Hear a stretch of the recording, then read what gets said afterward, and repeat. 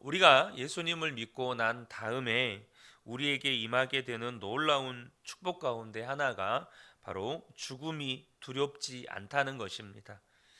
죽음이 허무하지 않게 된다는 것이에요. 그래서 죽음의 권세에서 벗어나게 되는 것이죠.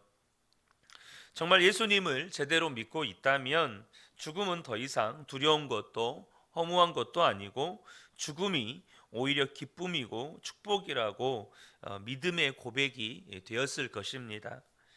히브리서 2장 15절에는 예수를 믿는 자들에게 주어지는 축복이 기록이 되어 있죠. 또 죽기를 무서워함으로 한평생 매여 종노릇하는 모든 자들을 놓아주려 하심이니, 우리가 예수 믿기 전에는 죽기를 무서워해서 한평생 마귀의 종노릇하며 살았다는 겁니다. 그러나 이제 예수를 믿게 되면 죽음에 대한 두려움에서 벗어나게 되고 마귀의 종노릇에서 벗어나게 되는 것입니다. 혹 아직도 죽기를 무서워하고 있다면 그것은 아직 마귀의 종노릇하고 있는 것이라고 볼 수 있겠죠.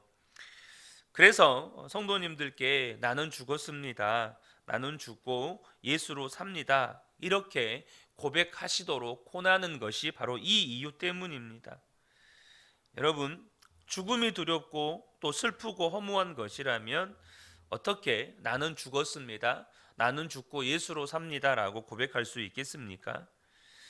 사람들은 예수를 믿지 않는 모든 사람들은 다 죽으면 끝이라고 여기는 삶을 살아가고 있습니다. 죽으면 끝이라는 거예요. 한 남편과 사별을 맞이하게 된 어떤 한 여자분이 있었는데요. 이 남편을 잃은 슬픔이 얼마나 컸던지 그 슬픔과 절망을 어떤 말로도 위로가 안 되는 거예요. 그래서 급기야는 이제 남편의 장례식에서 이제 하관을 하는데 그 파도운 구덩이에 이제 관을 내리지 않습니까? 근데 그 아내 되신 분도 그 구덩이 속에 들어가서 자신도 묻으라면서 이렇게 울부짖는 겁니다. 주변 사람들이 또 자식들이 이 뜯어 말리고 위로를 해도 어떤 말로도 위로가 안 되는 거죠. 그러니까 장례 침례가 이제 안 되는 겁니다. 그러다가 이 장례 침례하시는 분이 이렇게 말씀하시는 거예요. 같이 묻어라. 그러니까 이제 이 인부들이 눈치만 보고 있다가 어떻게 사람을 묻습니까? 근데 이 침례하시는 분이 묻으라는 거예요. 그래서 슬슬 눈치를 보다가 삽을 퍼서 흙을 이렇게 부었습니다. 흙을 이렇게 무덤에다 부으니까 그때서야 그 아내가 거기서 기어 나오더라는 것입니다. 그러니까 남편이 죽은 슬픔보다 죽는 것이 더 두려운 겁니다. 왜요? 죽으면 끝난다고 생각을 하니까. 본문의 시편 기자는 자기는 죽으면 끝나는 사람이 아닌 것을 분명하게 믿고 있었습니다. 그래서 이 시편 기자가 어떤 고백을 하냐면 죽으면 끝나는 사람을 자기는 무서워하지 않는다는 겁니다. 16절에 아무리 부자고 또 그 사람이 아무리 재산을 많이 모아도 그런 사람을 보더라도 자기는 위축되지 않는다는 거예요. 사람들에게 위축되지 말라는 겁니다. 그런 사람들 앞에서 열등감을 가질 필요도 없다는 거예요. 오히려 죽으면 끝나는 사람은 불쌍한 사람이라는 것입니다. 7절부터 9절 몇 구절을 좀 보겠습니다. 아무리 대단한 부자라 하여도 사람은 자기의 생명을 속량하지 못하는 법, 하나님께 속전을 지불하고 생명을 속량할 사람은 아무도 없다. 아무리 돈 많은 사람도 그 돈으로 영원한 생명을 살 수 없다는 겁니다. 죽음을 피하고 9절에 죽음을 피하고 영원히 살 생각도 하지 말아라. 10절에도 평생 모은 재산마저 남에게 모두 주고 떠나가지 않는가. 사람들이 땅을 차지하여 제 이름으로 등기를 해두었어도 그들의 영원한 집, 그들이 영원히 머물 곳은 오직 무덤뿐이다. 사람이 제 아무리 영화를 누린다 해도 죽음을 피할 수 없으니 미련한 짐승과 같다. 이 시편 기자가 12절과 20절에 죽으면 끝나는 사람을 짐승과 같다, 미련한 짐승과 같다라고 이야기합니다. 20절에도 사람이 제 아무리 위대해도 죽음을 피할 수 없으니 미련한 짐승과 같다는 거예요. 여러분, 이 시편 기자가 볼 때, 아니 성경이 말씀하시는 믿음의 사람, 정말 사람과 이 짐승의 뚜렷한 차이가 뭘까요? 죽음에 대한 두려움을 극복했느냐는 겁니다. 여전히 죽음에 매여 있고 죽으면 끝나는 존재는 동물 수준을 벗어나지 못한다는 거예요. 솔로몬이 전도서 3장 21절에 사람의 영은 위로 올라가고 짐승의 영은 땅 아래 땅으로 내려간다고 하지만 누가 그것을 알겠는가라고 말씀을 합니다. 사람과 짐승의 뚜렷한 차이는 뭐냐면, 하나님의 영을 부어 지음받은 존재는 죽으면 그 영이 하나님께로 가지만, 그냥 땅의 흙으로만 지은 짐승은 죽으면 그 영이 땅 아래로 간다는 거예요. 여러분, 우리가 사람인 것은 짐승과는 달리 죽음으로 끝나는 존재가 아니기 때문에 사람인 겁니다. 우리가 예수를 믿으면 이것에 대한 눈이 열리게 되는 거예요. 죽으면 다 끝나게 될 재산과 권력과 성공과 명예에 평생 매여 사는 것이 두려운 것입니다. 결국은 죽음으로 끝날 사람들을 무서워하고 부러워하며 사는 것이 여러분 부끄러운 것이에요. 여러분, 어떤 사람이 그런 사람입니까? 13절에 보면 이것이 자신을 믿는 어리석은 자들과 그들의 말을 기뻐하며 따르는 자들의 운명이다. 어떤 사람들이 여러분 죽으면 끝나는 사람들입니까? 자신을 믿는 사람들, 자신의 돈을 믿고 자신의 권력을 믿고 자신의 명예를 믿고 자신의 인기를 믿는 사람들과 그들의 말을 기뻐하며 따르는 사람들, 그들이 가진 것을 부러워하고 그들이 무슨 말하면 자신의 삶에 어떤 영향을 끼칠까, 어떤 그들의 삶의 변화에 촉각을 기울이면서 말 한마디 한마디를 두려워하는 그런 사람들이 그렇게 된다는 거예요. 여러분, 사람들이 왜 자기 자신을 믿고 살까요? 자기 자신 외에는 믿을 것이 없기 때문입니다. 그러나 15절을 보면 하나님을 믿는 자의 고백은 완전히 다릅니다. 15절에 그러나 하나님은 분명히 내 목숨을 건져주시며 수올의 세력에서 나를 건져주실 것이다. 하나님을 믿는 사람에게 죽음은 전혀 다른 문제라는 것입니다. 죽음은 끝이 아니고 새로운 시작이고 죽음을 통해서 영생을 보게 되는 것이죠. 사랑하는 성도 여러분, 저와 여러분이 예수님을 믿는 게 분명하면 우리는 지옥으로 끝나는 존재가 아닙니다. 시편 기자가 죽음에 대해서 눈을 뜨고 나니까 이것을 전하고 싶어서 견딜 수가 없는 겁니다. 그래서 1절과 2절을 보면 만민들아 이 말을 들어라. 이 세상에 사는 만 백성아 모두 귀를 기울여라. 낮은 자도 높은 자도 부자도 가난한 자도 모두 귀를 기울여라. 이 죽음에 대한 진리를 깨닫고 나니까 이것을 사람들에게 알리고 싶은 거예요. 모든 사람이 들어야 한다는 겁니다. 오늘 저와 여러분에게도 마찬가지입니다. 이 말씀을 들으면서 십자가 복음, 영원한 생명의 역사, 곧 죽음에 대한 분명한 믿음의 눈을 뜨게 되시기를 주님의 이름으로 축복합니다. 여러분, 죽음이 축복이 될 수 있다는 말이 이해가 됩니까? 그러나 하나님의 말씀은 그것을 깨닫게 해주십니다. 여러분, 우리에게는요 두 생명이 있습니다. 하나는 육체의 생명이고 하나는 영의 생명, 곧 영생이죠. 하나님이 창조하실 때 육체의 생명과 영의 생명을 창조하셨습니다. 흙으로 우리의 육체를 빚으시고 하나님이 우리 안에 성령을 부어주셨어요. 그 생명이 영원한 생명이죠. 그런데 아담과 하와가 선악과를 따먹게 되면서 이 영원한 생명을 잃어버립니다. 육체의 생명은 여전히 그대로 있는 거예요. 하나님께서 그 영원한 생명이신 성령을 거두어 가셨기 때문이죠. 그래서 우리는 육신으로는 산 자지만 영으로는 죽은 자가 되었어요. 에베소서 말씀에 그때 너희는 죽었던 자들이라고 하는 그 말씀이 이 영이 죽었다는 이 말씀입니다. 그리고 우리의 운명은 죽음으로 끝나는 것이죠. 육체가 죽으면 영이 죽어 있기 때문에 영원한 지옥으로 가는 겁니다.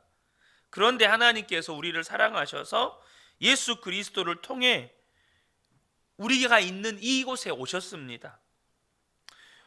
우리의 죄를 대신 지시고 십자가에서 피 흘려 죽으심으로 우리를 모든 죄와 저주에서 구원해 내셨습니다. 그래서 누구든지 예수님의 십자가의 놀라운 구원을 믿으면, 예수님을 정말 마음에 영접하면 성령 하나님께서 오신다고 하셨고 그것이 실제로 이루어졌습니다. 하나님께서 범죄한 인간들에게 거두어 가셨던 그 성령을 예수 그리스도의 그 대속의 사건과 그것을 믿는 자들에게 다시 성령을 부어 주시는 거예요. 이것이 천지 창조 때 아담과 하와를 창조하실 때 있었던 그 일이 예수님의 십자가 대속의 사건과 오순절 성령 강림 사건으로 다시 우리에게 일어난 것입니다. 여러분, 이제 우리 안에 진짜 생명이 있습니다. 예수를 믿음으로 그 죽었던 우리의 영이 다시 살아난 것입니다. 그런데 이 영생은 하나님과의 사귐을 말하는 것입니다. 요한복음 17장 3절을 보면 영생은 곧 유일하신 참 하나님과 그가 보내신 자 예수 그리스도를 아는 것이니이다. 영생은 하나님과 예수님을 친밀하게 아는 것이에요. 이 영생을 소유하지 못한 사람은 아무리 성공하고 부자여도 육신의 생명이 죽으면 끝나는 겁니다. 그러나 영생을 소유한 사람은 죽으면 비로소 우리에게 약속되어진 영원한 생명이 시작되는 겁니다. 우리가 이 예수 그리스도 안에 이 영원한 생명을 누리는 길이 예수님과 함께 죽는 겁니다. 우리가 나는 죽었습니다라고 고백하는 이유는 이 놀라운 복음을 알고 믿기 때문이죠. 우리는 예수님을 믿을 때 이미 예수님과 함께 내가 죽은 겁니다. 하나님이 그렇게 정하셨어요. 그리고 그때부터 부활의 주님 예수님의 생명이 우리 안에서 역사하기 시작하는 것입니다. 우리가 내가 죽고 예수님으로 사는 것을 분명하게 믿고 고백하게 되면 우리의 영이 살 뿐만 아니라 이제는 우리가 예수님의 제자로 살게 되는 것이죠. 예수님의 제자가 되는 길이 곧 죽음이라는 것입니다. 마태복음 16장 24절에 이에 예수께서 제자들에게 이르시되 누구든지 나를 따라오려거든 자기를 부인하고 자기 십자가를 지고 나를 따를 것이니라. 우리가 예수님이 나를 통해서 역사하는 삶을 사는 열쇠는 나를 부인하고 나의 십자가를 지고 주님을 따르는 것입니다. 우리가 이렇게 나의 죽음을 받아들이면 주님의 역사가 내 심령 안에서 그리고 가정과 일터와 교회에서 일어나는 것입니다. 내가 죽어야 이제 예수 생명이 내 안에서 살아서 예수 생명의 역사가 내가 살아가는 모든 삶의 현장에서 일어나는 것입니다. 요한복음 12장 24절에 내가 진실로 진실로 너희에게 이르노니 한 알의 밀이 땅에 떨어져 죽지 아니하면 한 알 그대로 있고 죽으면 많은 열매를 맺느니라. 우리가 이 세상을 살아가는 동안에 하나님의 역사를 이루는 도구가 되려면 어떻게 해야 하는지는 너무나도 간단하고 잊을 수 없을 만큼 분명하게 주님이 가르쳐 주셨습니다. 그것은 우리가 한 알의 밀알처럼 죽으면 많은 열매가 맺어지는 것입니다. 죽지 않으면 한 알 그대로 있는 것입니다. 이 시대에 많은 그리스도인들이 집이나 직장이나 교회에서 여전히 혼자 그대로 있습니다. 죽지 않는 씨앗처럼 자기 혼자인 거예요. 자기 자신으로 인해서 열매가 맺어지는 것을 못 보고 있다는 것입니다. 왜일까요? 내가 안 죽었기 때문입니다. 우리 사역에 열매가 없는 것은, 가정과 직장과 일터에 열매가 없는 것은 죽지 않은 상태로 머물러 있기 때문입니다. 저와 여러분의 가정에서 정말 예수님의 역사가 일어나기를 원한다면 방법은 간단합니다. 저와 여러분이 예수님 안에서 내가 죽었다는 것을 받아들이고 고백하면서 살아가면 되는 겁니다. 반드시 누구 한 사람이 죽으면 여러분 열매가 맺어지는 겁니다. 여러분, 저와 여러분의 삶에 열매가 맺어지는 유일한 방법, 나는 죽고 예수로 사는 거죠.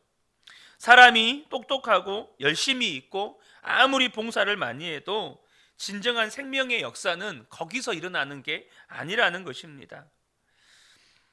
아도니람 저드슨 선교사님이라는 분이 있습니다. 이분은 지금의 미얀마인 버마 선교사이십니다. 버마 선교사로 가기로 결심하고 사랑하는 사람 앤에게 청혼을 했습니다. 근데 청혼을 할 때 프로포즈가 이것입니다. 나와 결혼해 주십시오. 그리고 나와 함께 아시아의 정글로 가서 그리스도를 위해 함께 죽읍시다. 여러분, 청혼 메시지가 이겁니다. 나와 함께 결혼해 주세요. 그리고 나와 함께 그리스도를 위해서 죽읍시다. 저도 그렇게 청혼 못했습니다. 근데 아도니람 저드슨 선교사님이 그렇게 청혼을 했고 그 청혼을 이 앤이라고 하는 선교사님이 받아들였습니다. 그 두 분에게 있어서 죽음은 축복이었습니다. 그러니까 청혼할 때 같이 죽자고 청혼을 할 수 있는 것이죠. 그들에게 있어서 죽음은 기쁨이었습니다. 그들은 이것을 알았다는 것입니다. 죽음을 통해서 하나님이 얼마나 많은 놀라운 일을 할 수 있는지. 그래서 그들은 버마에 죽으러 간 것입니다. 1813년에 버마 랭군에 도착을 했고 6년 동안 버마의 언어와 문화를 배웠습니다. 그리고 7년 만에 첫 번째 회심자를 얻었습니다. 7년 만에 첫 번째 회심자를 얻었어요. 20년 동안 아도니람 저드슨 선교사님은 버마어로 성경을 완역을 했고 수많은 소책자와 교리 문답서와 문법책을 썼습니다. 지금도 사용되고 있는 영어 사전을 그 당시에 썼습니다. 그러나 아도니람 저드슨 선교사님이 겪었던 고통은 이루 말할 수 없었습니다. 2번의 아내를 잃었습니다. 그러니까 한 번 아내를 잃고 재혼을 했는데 그 아내를 또 잃었습니다. 그리고 버마에서 6명의 자녀들을 잃었습니다. 가족들은 계속되는 질병으로 수많은 괴로움을 겪었습니다. 영국과 버마의 전쟁 기간에는 영국 스파이로 몰려서 그 비참한 버마 감옥에서 쇠사슬에 묶여서 열기와 오물 속에서 2년간 지내야 했습니다. 37년 동안 사역하고 37년을 버마에서 사역하면서 고향 미국에는 딱 한 번 다녀왔습니다. 그리고 버마 땅에서 죽었습니다. 그렇게 죽고 나니까 버마 안에 엄청난 열매가 맺어졌습니다. 그들이 버마에 도착한 1813년 주일에는 오직 2사람만 성찬식을 했습니다. 하지만 선교사님이 돌아가신 37년 뒤에 1850년에 63개의 교회가 세워져 있었고 7,000명의 성도가 있었습니다. 그리고 지금은 약 300만 명의 그리스도인이 있을 거라고 추정을 합니다. 사랑하는 성도 여러분, 한 사람이 죽으니까 수많은 열매가 맺어지는 겁니다. 이것이 십자가를 통한 하나님의 놀라운 계획입니다. 사랑하는 성도 여러분, 오늘 본문의 시편 기자가 성도에게 죽음이 무엇인지가 명확하게 눈이 떠졌습니다. 이것을 아니까 수많은 사람들에게 외치고 전하고 싶은 겁니다. 여러분, 예수 안에서의 죽음은 새로운 시작입니다. 예수 안에서의 죽음은 예수 생명의 역사의 시작입니다. 저와 여러분이 오늘도 나는 죽고 예수로 살아가게 되시기를 주님의 이름으로 축복합니다. 내가 죽으면 여러분, 진정한 생명의 역사는 시작되는 겁니다. 그래서 죽음이 기쁨이 되고, 그래서 성도에게 죽음은 소망이 되고, 그래서 성도에게 죽음은 새로운 삶의 시작이 되는 겁니다.